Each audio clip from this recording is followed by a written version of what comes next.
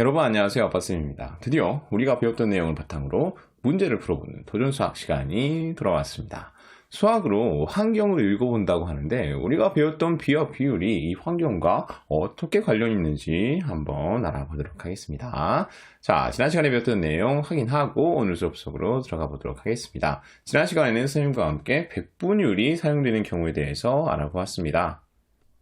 그중 첫 번째로 할인율을 구하고 우리가 백분율로 나타내 보았는데요. 이 할인율이라고 하는 것은 할인 금액의 원래 가격에 대한 비율을 할인율이라고 했습니다. 그리고 이 할인율을 구함으로써 어떤 물건을 더 많이 할인해 줬는지, 더 많이 깎아 줬는지를 비교할 수 있었죠. 그리고 다음으로 우리가 득표율을 한번 구하고 또 백분율로 나타내 보았습니다. 이 득표율이라고 하는 것은 후보 득표수의 해당 후보 득표수의 전체 투표수에 대한 비율을 득표율이라고 했는데 이 득표율을 구함으로써 우리는 투표한 전체 사람 중에 그 후보를 지지한 사람이 어느 정도인지를 비교할 수 있었죠. 그리고 마지막으로 우리는 소금물에 대한 비율을 백분율로 한번 나타내 보았습니다. 이렇게 함으로써 우리는 어떤 소금물이 더 진한지를 비교할 수가 있었죠.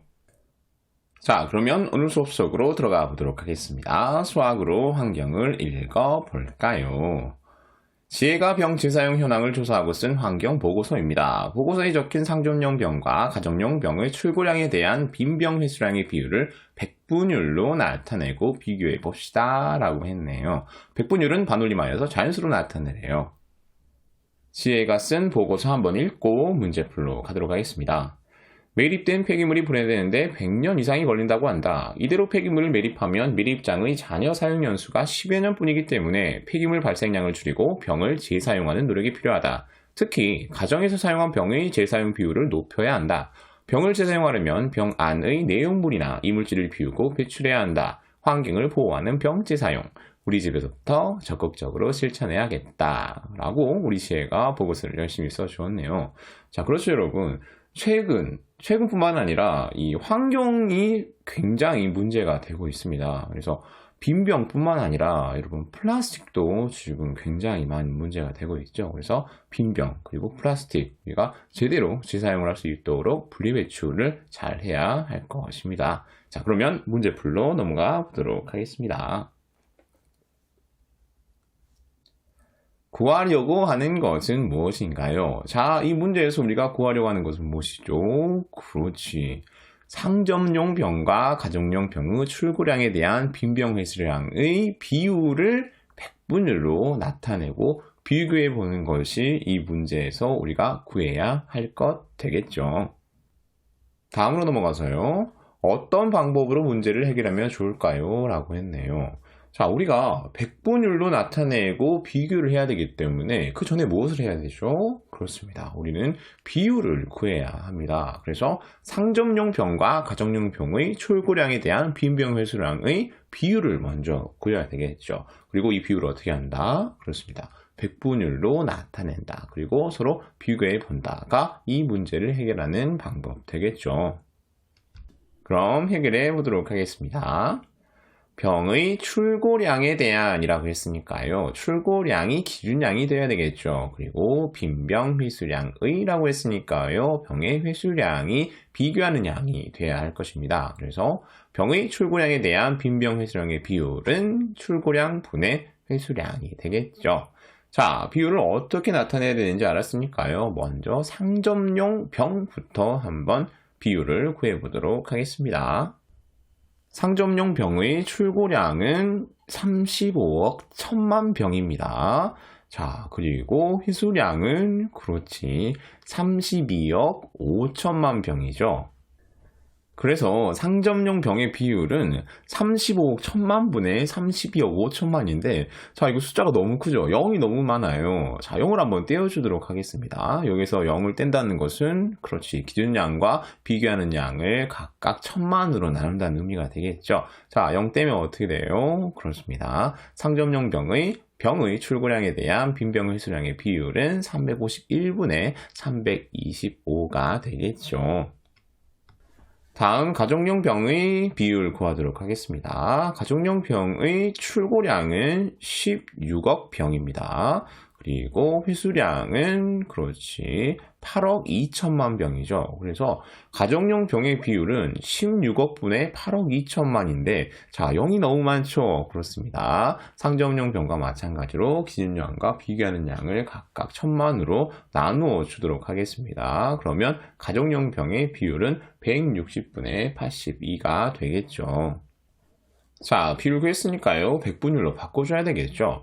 기준량을 100으로 하려고 봤더니 그렇지 숫자가 만만치 않죠. 그냥 비율에다가 100을 곱하는 형태로 비율을 100분율로 바꿔주도록 하겠습니다. 351분의 325에다가 100을 곱하게 되면요. 351분의 32,500이 되겠죠. 자, 이것을 소수 형태로 바꿔주기 위해서는 분자를 분모로 나누어주면 됩니다. 32,500을 351로 나눠주게 되면요. 92.5925 끝없이 가는데 100분율은 반올림하여 자연수로 나타내라고 했기 때문에 소수 첫째 자리에서 반올림을 해주게 되면 93이 되겠죠. 그리고 퍼센트 기호를 붙여주면 우리가 상점용 병의 비율은 약 93%가 된다는 것을 알 수 있습니다. 다음으로 가정용 병도 100분율로 나타내 보면요. 160분의 82에다가 100을 곱해주면 되겠죠. 그러면 160분의 8200이 되고요. 8200을 160으로 나눠주게 되면 51.25가 됩니다. 자, 그런데 100분율을 자연수로 나타내라고 했기 때문에 소수 첫째 자리에서 반올림을 해주면 51이 되겠죠. 그리고 퍼센트를 붙여주게 되면 가정용 병의 비율은 약 51%가 된다는 것을 알 수 있습니다. 그래서 병의 출고량에 대한 빈병 회수량의 비율은 상점용이 약 93%, 가정용이 약 51% 되겠습니다. 자, 그런데 여러분, 이 약 93% 그리고 약 51%가 의미하는 것이 무엇일까요? 그렇지. 상점용 병 같은 경우에는 100병이 출고되면, 100병이 판매되면 그 중에 몇 병이 돌아온다? 그렇다. 93병이 돌아온다라는 의미가 되겠고요. 가정용 병은 만약 100병이 판매된다고 하면 그 중에 그렇지. 약 51병이 돌아온다라고 하는 의미 되겠죠. 자, 이렇게 비율을 구해놓고 보니까 상점용 병은 대부분 다시 돌아오는데 가정용 병은 절반밖에 돌아오지 않는다는 것을 알 수 있습니다. 자, 우리가 좀 노력을 해야 될 것 같아요. 다음으로 넘어가 보도록 하겠습니다. 생각한 방법이 맞는지 확인해보고 문제를 해결한 방법을 친구들에게 이야기해보세요 라고 했네요. 자, 이거는 선생님과 함께 할 수 없기 때문에 그냥 넘어가도록 하겠습니다. 다음 쪽으로 넘어가 보도록 하겠습니다. 다음 쪽으로 왔더니 선생님께서 자원을 절약하고 환경보호를 생활하기 위해 빈병을 반납하는 사람들에게 보증금을 돌려주는 제도가 있다고 안내를 해주고 있습니다. 자, 돈을 돌려준다고 합니다. 얼마를 돌려주는지 한번 보고 문제를 또 해결해 보도록 하겠습니다. 자, 그렇죠, 여러분. 130원을 돌려준다고 하고 있네요. 자, 이거 빈병 반납해야 되겠는데요. 문제 읽어보도록 하겠습니다. 400ml 이상 1000ml 미만 크기의 빈병 1개를 반납하면 받을 수 있는 빈병 보증금이 2017년부터 50원에서 130원으로 올랐습니다. 물음에 답해보시오 라고 이야기를 하고 있네요. 물음에 답해보겠습니다. 빈병의 원래 보증금을 기준양, 원래 보증금과 오른 보증금의 차를 비교하는 양으로 하는 비율을 100분율로 나타내어 빈병 보증금의 인상률을 구해보라고 하고 있네요. 자, 이 문제에서 우리가 구해야 할 것은 무엇이에요? 그렇습니다. 빈병 보증금의 인상률을 우리가 구해야 합니다. 자, 그런데 여기서 인상률이라고 하는 것이 무엇이에요? 그렇습니다.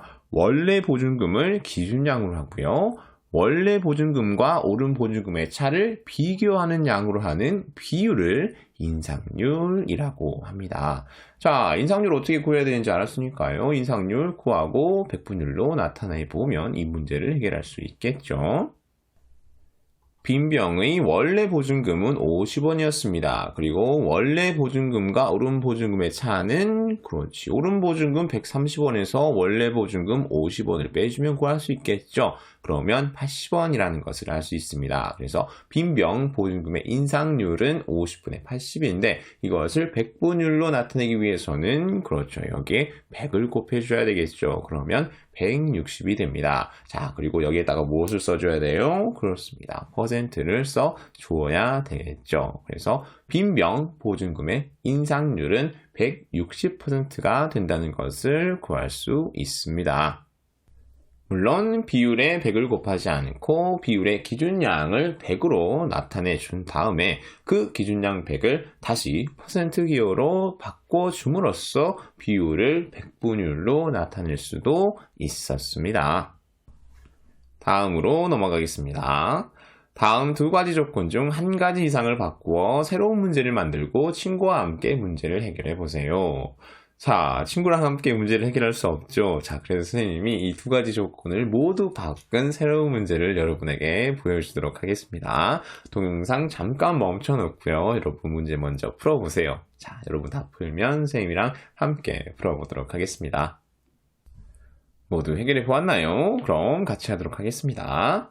자, 이 문제를 해결하기 위해서 우리가 알아야 될 것은 그렇지, 인상률이 무엇인가 라고 하는 것을 알고 있어야 되겠죠. 인상률은 그렇지, 원래 보증금을 기준량으로 그리고 원래 보증금과 오른 보증금의 차를 비교하는 양으로 하는 비율을 우리가 인상률이라고 했었죠. 문제의 인상률 구해보도록 하겠습니다. 원래 보증금은 150원이었고요. 원래 보증금과 오른 보증금의 차는 180에서 150을 빼주면 구할 수 있겠죠. 구하면 30이 되겠습니다. 인상률 구했으니까요. 이것을 100분율로 바꿔주면 되겠죠. 비율에 100을 곱하게 되면 우리가 비율을 100분율로 나타낼 수 있었습니다. 곱하기 전에 약분 먼저 하도록 하겠습니다. 150과 100이 약분이 되죠. 각각 50으로 나눠주게 되면요. 150은 3이 되고요. 100은 2가 되겠네요. 자, 3과 30이 또 약분이 되네요. 3으로 나눠주면요. 3은 1이 되고요. 30은 10이 되겠습니다. 자, 그래서 계산 결과는 그렇지 20이 된다는 것을 알 수 있죠. 자, 여기에 무엇을 붙여줘야 된다? 그렇다. 퍼센트 기호를 붙여줘야 된다. 그래서 빈병 보증금이 150원에서 180원으로 올랐을 때 빈병 보증금의 인상률은 20%가 된다는 것을 알 수 있습니다. 여기까지 해서 도전수학 문제 모두 해결해 보았네요. 수업 마무리하도록 하겠습니다.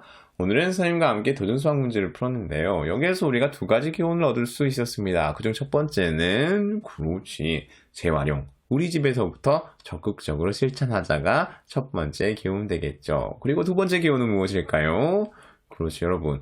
비율을 100분율로 나타내다 보니까 숫자가 점점 복잡해질수록 기준량을 100으로 만들기가 쉬워요, 어려워요? 그렇지, 어렵죠. 그래서 100분율을 구할 때는 비율에 100을 곱한 후 퍼센트를 붙이는 것이 기준량을 100으로 만들어주는 것보다 더 쉽다라고 하는 것이 두 번째 교훈 되겠죠. 자, 이것으로 오늘 수업 마치도록 하겠습니다. 모두들 수고하셨고요. 청출어람 하세요. 안녕.